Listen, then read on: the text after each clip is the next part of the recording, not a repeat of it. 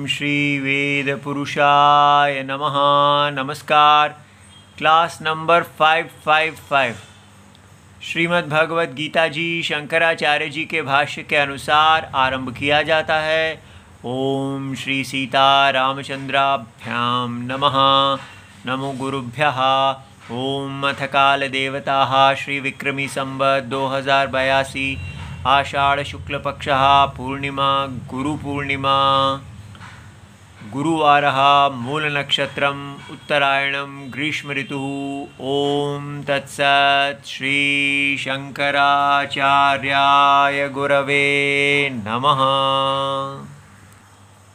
शक्नोति हैव यः सोढुं प्राक्शरीरविमोक्षणात् कामक्रोधोद्भवं वेगं स युक्तः स सुखी नरः। अध्याय नंबर 5 और श्लोक नंबर 23। पुस्तक है गीता प्रेस गोरखपुर, बुक नंबर 10, शंकराचार्य जी के भाष्य वाली भगवद गीता जी। अच्छा जी, तो कल हमने इस श्लोक का आरंभ किया है और हम इसकी शंकराचार्य जी की प्रस्तावना को देख रहे थे और विषय चल रहा है कि भगवान जो ज्ञानी हैं उनकी दृष्टि के बारे में बता रहे हैं कि किस प्रकार यहाँ पर जो ज्ञानी हैं वो इंद्रियों के संस्पर्श को दुख योनि देखते हैं। जो भोग इंद्रियों का अपने विषयों में स्पर्श करके उत्पन्न होते हैं तो सभी ज्ञानी जो हैं वो इन भोगों को दुख का हेतु समझते हैं और उसको अनित्य समझते हैं, उनसे निवृत्त हो जाते हैं और अंतर आत्मा सत्य के प्रति प्रीति रखते हैं। तब भगवान ने हमें बताया कि ये ज्ञानियों का जो मार्ग है, जिस मार्ग पर ज्ञानी चलते हैं उसको श्रेयो मार्ग कहते हैं और उसका जो प्रतिपक्ष मार्ग है, उसका जो ऑपोजिट मार्ग है उसको प्रेयो मार्ग कहते हैं और वो कष्टतम दोष है उसका दोष जो है उस श्रेयो मार्ग के ऑपोजिट, उसके प्रतिपक्ष मार्ग का दोष ये है कि उसको छोड़ना दुर्निवार्य, बहुत कठिन है उसको छोड़ना। चाहे वो सारे के सारे अनर्थ प्राप्ति का हेतु है फिर भी उसको छोड़ना बड़ा कठिन है।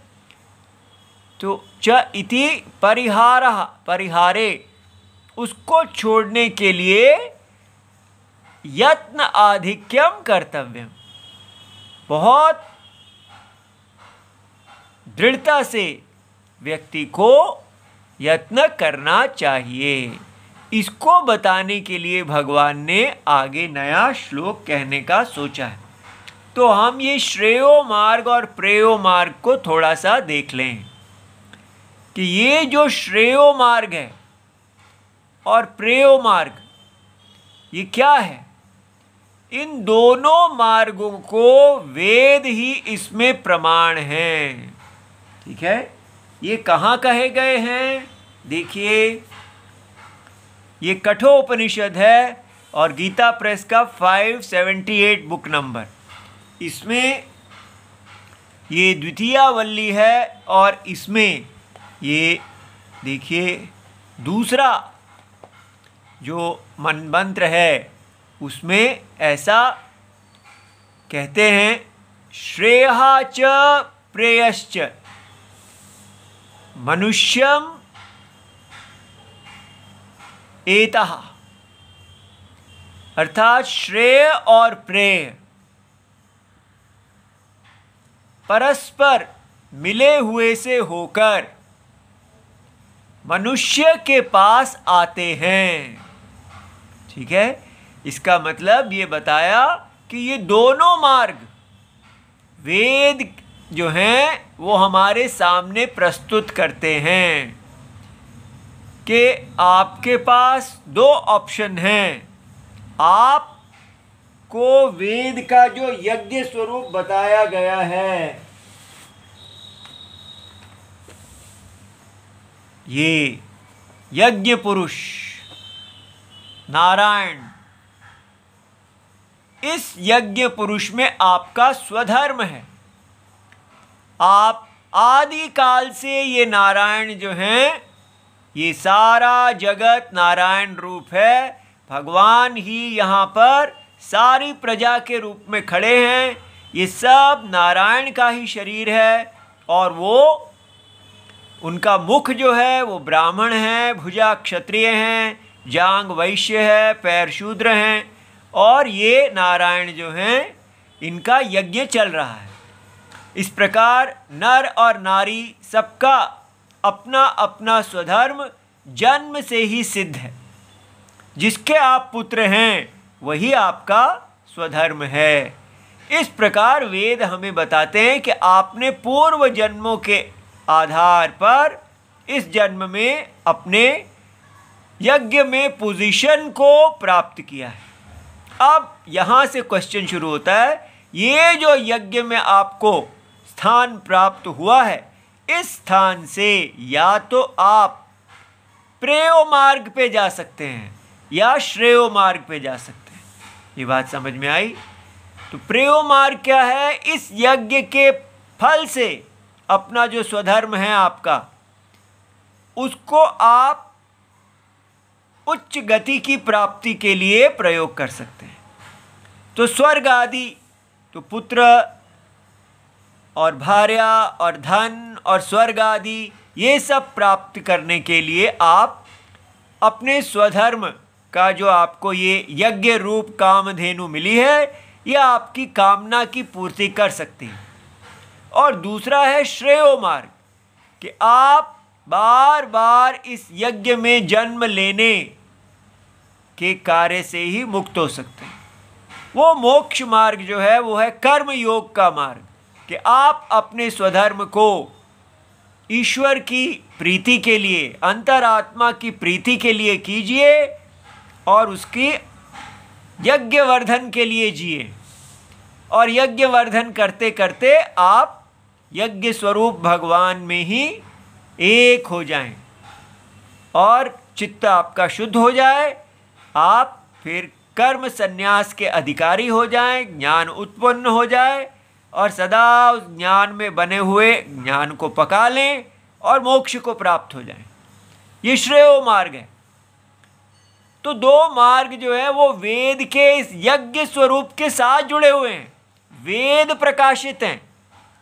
ये बात यहाँ नचिकेता को यमराज जी ने कठोपनिषद में बताई है।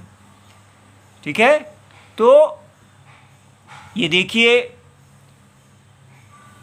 तब क्या है, उन दोनों को बुद्धिमान पुरुष भली प्रकार विचार कर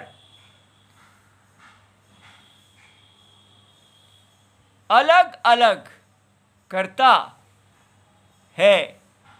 तो इसलिए ये दोनों के बारे में बुद्धिमान पुरुष को विचार करना चाहिए। दोनों ही धर्म मार्ग हैं। याद रहे, एक है कि यज्ञ आपको, आप धर्म पालन करें, लेकिन आपकी जो इच्छा है कि मैं उच्च गति को प्राप्त करूं, वो पूरी करेगा। और दूसरा वाला है जो आपको बताता है कि कैसे इस गति को प्राप्त करने से, कर्म और फल का से ही मुक्ति, ठीक है, अकर्ता अभोक्ता आत्मा परम सत्य की प्राप्ति। तो विवेकी जो पुरुष है वो प्रेय के सामने तुलना जब वो करते हैं तो श्रेय को ही वर्ण करता है। ठीक है, इसलिए यहाँ ये कहा जा रहा है कि हमें विवेकी बुद्धिमान बनना चाहिए, लेकिन किंतु मूढ़ मंद बुद्धि जो विवेकी लोग नहीं हैं वो योग क्षेम के निमित्त से, तो योग होता है अप्राप्त से प्राप्ति, जो आपको प्राप्त नहीं है उसकी आप प्राप्ति करना चाहते हैं, और क्षेम कि जो आपको प्राप्त है प्राप्त से रक्षणम, उसका आप रक्षा करना चाहते हैं। वो केवल मंद बुद्धि लोग केवल अप्राप्त की प्राप्ति और प्राप्ति की रक्षा, इससे वो कहते हैं हमारा सुख आएगा। जो भी स्वर्ग आदि अप्राप्त है, पुत्र अप्राप्त है, भार्या पत्नी अप्राप्त है, धन अप्राप्त है, यज्ञ के साधन अप्राप्त हैं, वो सारे अप्राप्त को हम प्राप्त कर लें और जो पहले पत्नी पुत्र आदि सब प्राप्त हैं उनकी रक्षा करते रहें। इस प्रकार उनका पूरा जीवन अप्राप्त की प्राप्ति और प्राप्त की रक्षा में ही लग जाता है। तो इस निमित्त से वो प्रेय मार्ग को चुन लेते हैं। ये बात समझ में आई? तो इसलिए हमें वेद ही कह रहे हैं कि आपको श्रेयो मार्ग को चुनना चाहिए, लेकिन अविवेक के कारण फिर भी लोग प्रेयो मार्ग को चुन लेते हैं। अब देखिए, आपको रोना आना चाहिए ये बात जान के। अगर आपसे पूछा जाए कि आजकल हम भारतीय कौन से मार्ग पे हैं, श्रेयो मार्ग या प्रेयो मार्ग, तो उत्तर आएगा हम हैं प्रतिषिद्ध मार्ग पे। ना प्रेयो मार्ग ना श्रेयो मार्ग, अधर्म मार्ग। हम वैदिक यज्ञ को छोड़ के असुरों के मार्ग पे हैं। बाजार मार्ग, जो बाजार में धर्म है वो करेंगे और पैसा लाएंगे और उस पैसे से भगवान को रिश्वत आदि देंगे, दान आदि करके अपने ब्लैक मनी को वाइट करेंगे, लेकिन यज्ञ पूरा का पूरा छोड़ देंगे। हम सोचे बैठे हैं कि बाजार में जो पैसा मिलता है उसके बल पे हम सब कुछ खरीद सकते हैं, मोक्ष भी खरीद सकते हैं, स्वर्ग भी खरीद सकते हैं और इस पृथ्वी को भी खरीद सकते हैं। पैसा ही सब कुछ है। ये है हम आधुनिक लोग। तो अब आप देखिए, यहाँ से असुर मार्ग से हमको भगवद गीता जी यहाँ जाने को कह रही हैं। तो इसीलिए यहाँ पर भगवान कह रहे हैं कि ये जो श्रेयो मार्ग मोक्ष मार्ग है, जिसको आजकल हर व्यक्ति कहता है मैं तो मुक्त हो गया हूँ, हर व्यक्ति अपने आप को ब्रह्मज्ञानी बता रहा है, हर व्यक्ति लेख लिख रहा है, प्रचार भी कर रहा है कि मैं आपको बताता हूँ, हर व्यक्ति गुरु बना हुआ है। ये श्रेयो मार्ग, उसको भगवान बता रहे हैं कि वो कष्टतम है, कष्टतम दोषः। ये जो इसका श्रेयो मार्ग का प्रतिपक्षी ऑपोजिट प्रेयो मार्ग, कि आप प्रेयो मार्ग से हटके श्रेयो मार्ग पे आए, स्वर्ग आदि चुनने के मार्ग से आप इस पे आए। लेकिन हमारे लिए सोचिए, हम स्वर्ग आदि को भी छोड़ के बैठे हैं, बाजार मार्ग में हैं। तो बाजार से एक बाजारू वेश्या को गृहिणी बनने में जितना कष्ट होगा उतना कष्ट है अपने आप को पुनः शुद्ध करना। ठीक है, जैसे वाल्मीकि जी जो उन्होंने कष्ट से वापस अपने ब्राह्मण स्वधर्म को प्राप्त किया, इसी प्रकार ये दुर्निवार्य है। एक बार हम वैदिक धर्म से पतित हो जाते हैं तो वापस वैदिक धर्म अर्थात बाजार से श्रेयो मार्ग, बाजार से प्रेयो मार्ग और प्रेयो मार्ग से श्रेयो मार्ग पे आना कितना कठिन है। इसलिए इसमें इस दोष को दूर करने के लिए हमें अधिक्यम यत्न आधिक्यम कर्तव्यम करना चाहिए। ठीक है, इसलिए याद रहे कि बाजारू भगवत गीता ऐसा यत्न आधिक्यम करवाती ही नहीं है। वो कहती है इट्स ऑल सिंपल, बस भगवान का नाम ले लो, अब आप सब मुक्त हो जाएंगे। भगवान को गाते रहो, खेलते रहो, मजा करते रहो। लेकिन तपस्या जो है, स्वधर्म जो है, वो मार्केट में नहीं बिकेगा। इसलिए आपको देखना है कि हम कहाँ हैं और कैसे हमें गिरे हुए मार्ग से अपनी वापस रेल की पटरी पे जाना है। अब देखिए आज का ये श्लोक, जो इतनी देर से सिग्नल पे खड़ा था और इसको लाइन नहीं मिल रही थी, अब मिल गई है। तो भगवान कहते हैं शक्नोति यह, शक्नोति इह। तो जो व्यक्ति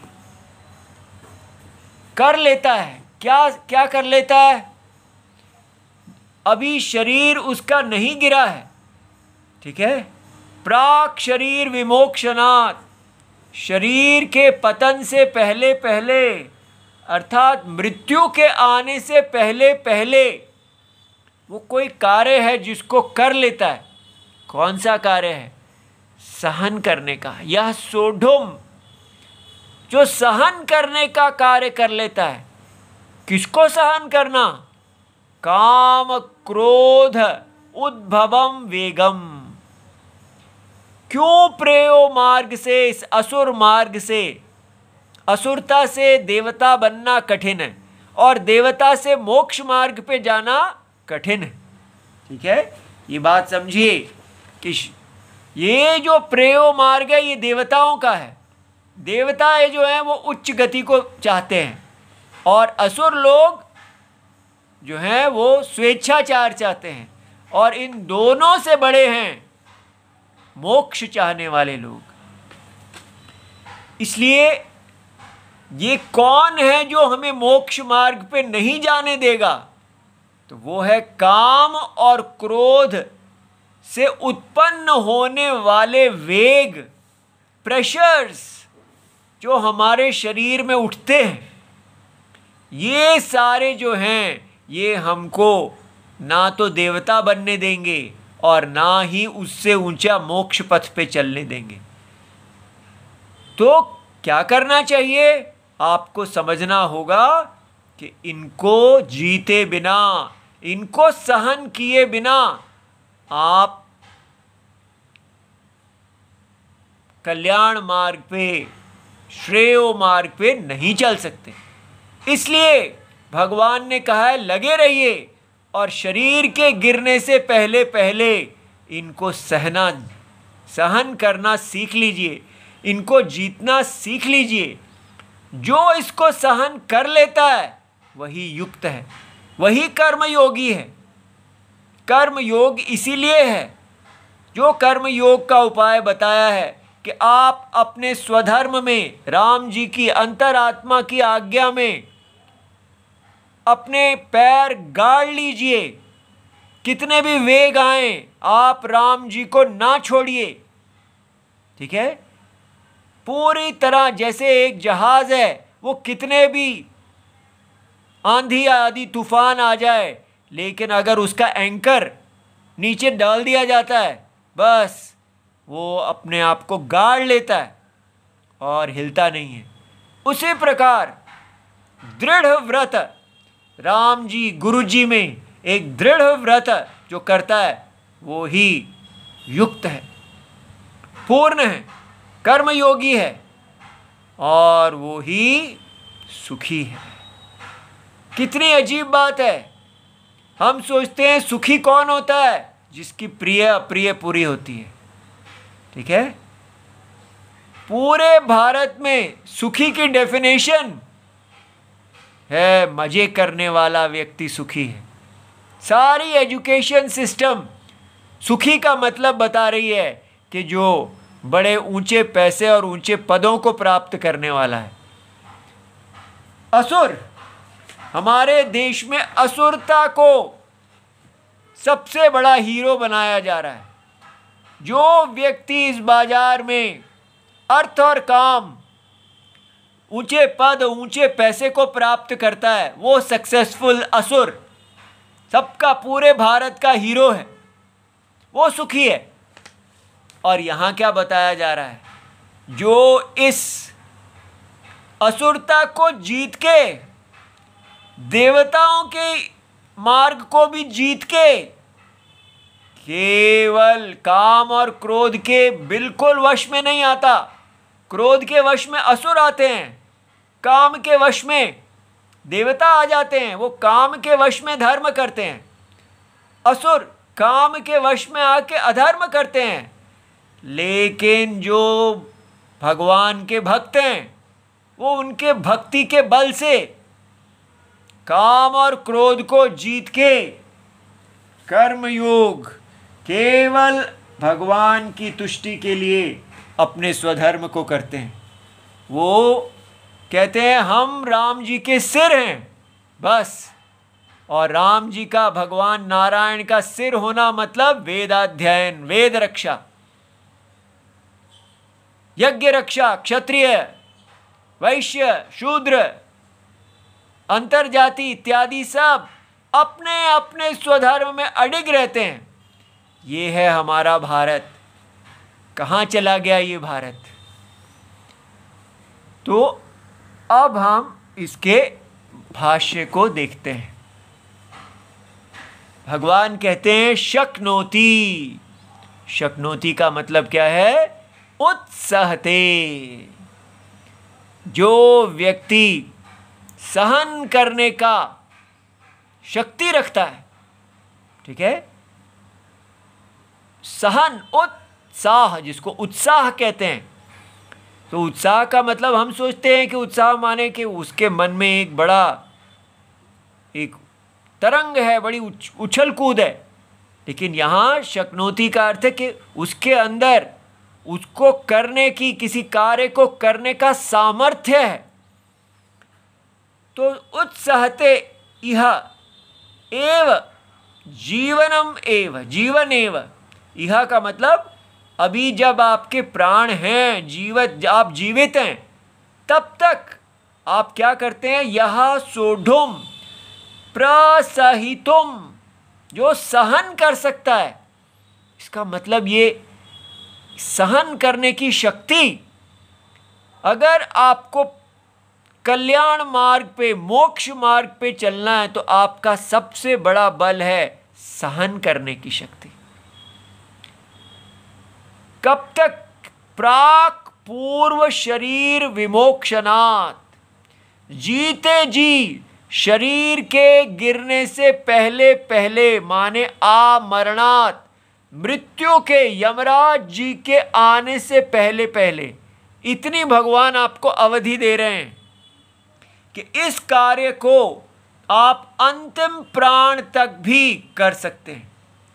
लगे रहिए कि जब तक अंतिम प्राण नहीं निकल जाता, तब तक आप इस काम और क्रोध के वेग को सहने के लिए, जो व्यक्ति कृत संकल्प, दृढ़ व्रत होता है। तो अब प्रश्न है कि यहां पर मरने की सीमा क्यों दी गई है? ठीक है, आपको एक उन्होंने अवधि, एक टाइमलाइन दी है कि इससे पहले पहले आपने ये कार्य करना है। तो मरण सीमा करणम, जो मरने की सीमा दी गई है, जीवतः अवश्यम भावी ही। एक कितनी बड़ी बात यहां बताई जा रही है कि जो व्यक्ति जीवित है, उसके लिए अवश्यम भावी है। कभी हो ही नहीं सकता कि कोई ऐसा व्यक्ति हो, उसके शरीर में काम और क्रोध से उत्पन्न होने वाले वेग ना आए।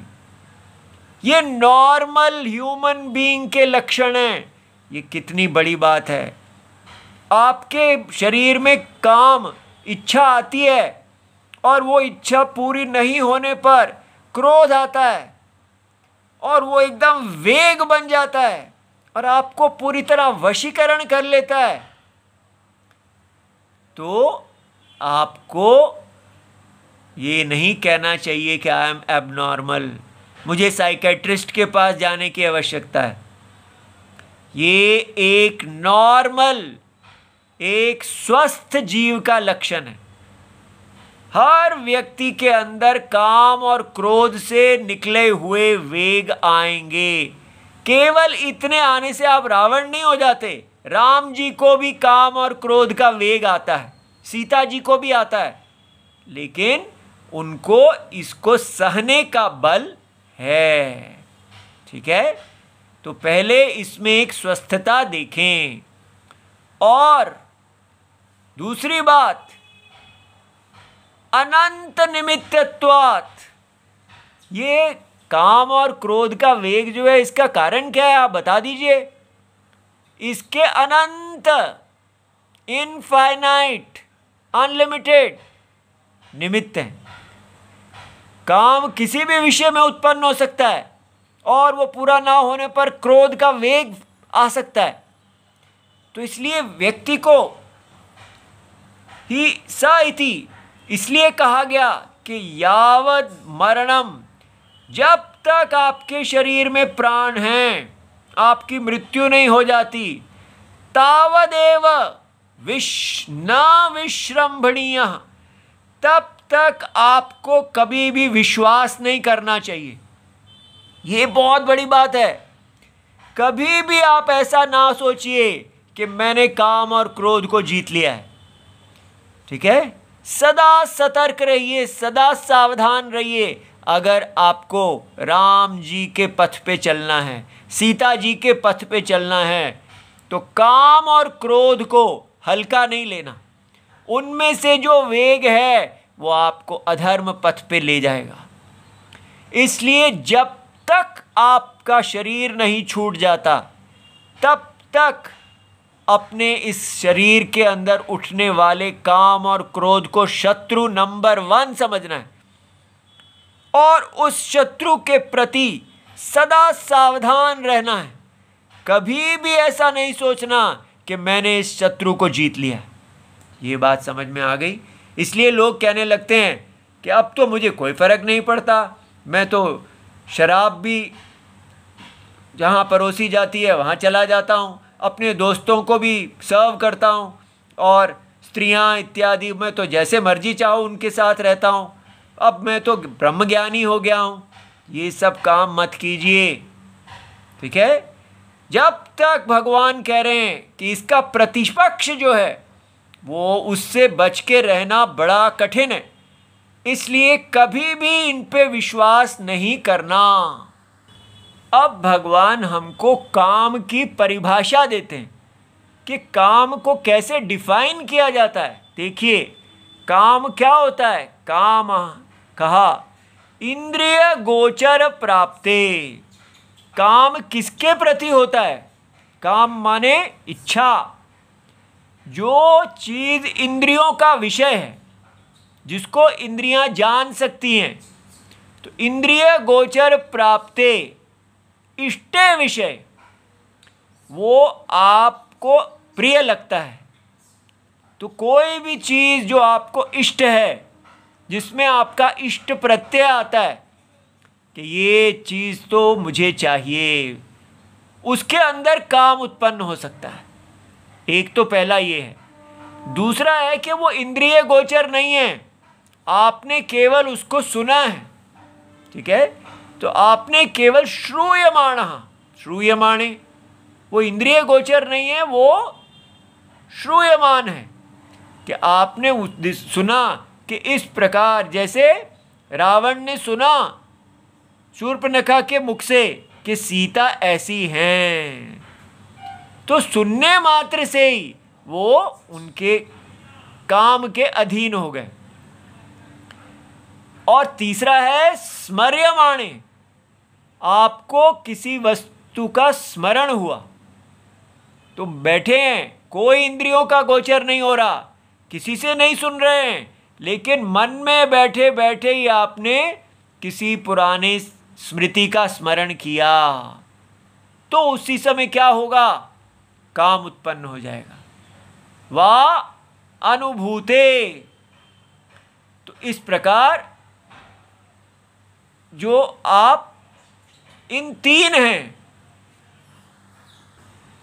तो इंद्रिय गोचर हो, इंद्रियों से आपने अनुभव किया या आपने उसको सुना या आपको स्मरण हुआ, ऐसा जो है उसमें सुख हेतु, सुख के हेतु के लिए कि ये मुझे सुख देगा, या गृध्री जो तृष्णा उत्पन्न हो जाती है, जो वो तृष्णा को काम कहते हैं। इसलिए व्यक्ति को इस डेफिनेशन से क्या मिलता है कि आपको सदा सावधान रहना है कि आपकी इंद्रियां कहाँ जा रही हैं और आप कहाँ क्या सुन रहे हैं। कोई ऐसी चीज़ों को ना सुनिए जो आपके अंदर इच्छा को उत्पन्न कर दीजिए, और ना ही आप अपने मन के जो वेग हैं उनमें, मन जो है आपको दौड़ाता है तो उसमें भी मन से किसी चीज़ का ध्यान ना करें। तो फिर क्या करें? सदा अंतरात्मा भगवान नारायण जगत के साक्षी वहाँ सुरक्षित रहें। जैसे भगवान अपने आप को सुरक्षित करते हैं, कैसे करते हैं? वो भी सारे शरीर को धारण किए हुए हैं, सारे शरीर को धारण करने वाले जगत की आत्मा हैं, लेकिन इसी शरीर में रहते हुए उनको कोई काम का वेग नहीं होता। क्यों नहीं होता? क्योंकि वो इस सारे शरीर के मायावी हैं, उनके लिए ये शरीर सत्य ही नहीं है। जैसे जल को लहर स्पर्श नहीं करती, ठीक है, वो ज्ञानी है। इसलिए हमको सदा ऐसे निर्विकार अंतरात्मा भगवान नारायण में शरण लेनी चाहिए, ठीक है, तब हम काम से शुद्ध रहेंगे। इसी प्रकार कल हम आगे क्रोध की भी परिभाषा करेंगे। ओम नमो भगवते वासुदेवाय। प्रणाम।